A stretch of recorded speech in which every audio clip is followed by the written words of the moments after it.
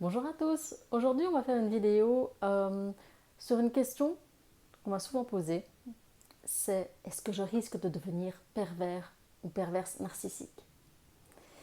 Et finalement c'est pas ridicule de se poser la question parce que quand on voit qu'un pervers narcissique ou une perverse narcissique s'est construit sur le fait qu'il a eu des blessures, qu'il a eu une douleur en soi, on pourrait se dire bah oui, ça pourrait m'arriver, non?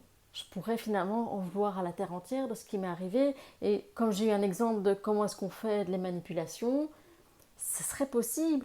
Et le fait qu'on vous dit, voilà, utilisez la contre-manipulation, mais c'est quand même de la manipulation. Donc, voilà, pas de panique, respirez, non.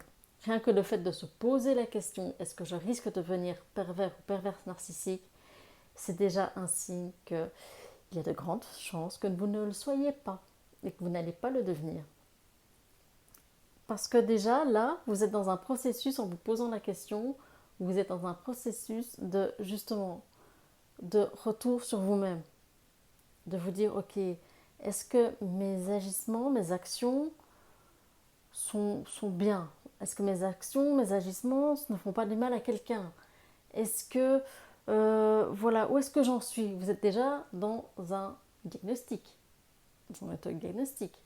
Et où avez-vous lu ou entendu, de tout ce que vous avez vu sur les pervers narcissiques, que la remise en question était quelque chose propre à un pervers ou une perverse narcissique? Donc déjà, c'est un élément. Surtout que je vous rappelle que vous avez une intelligence émotionnelle, vous avez de l'empathie.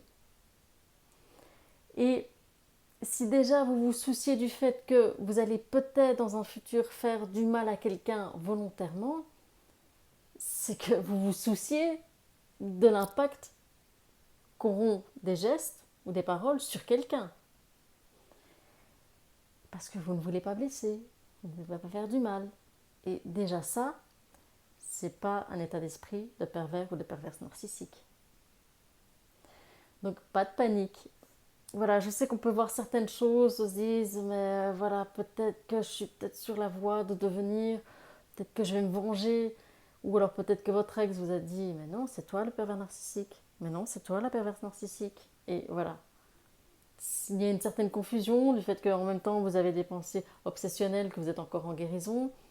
Donc voilà, tout est un petit peu chamboulé dans votre tête, mais pas de panique, ne vous inquiétez pas, ce n'est pas de la perversion narcissique.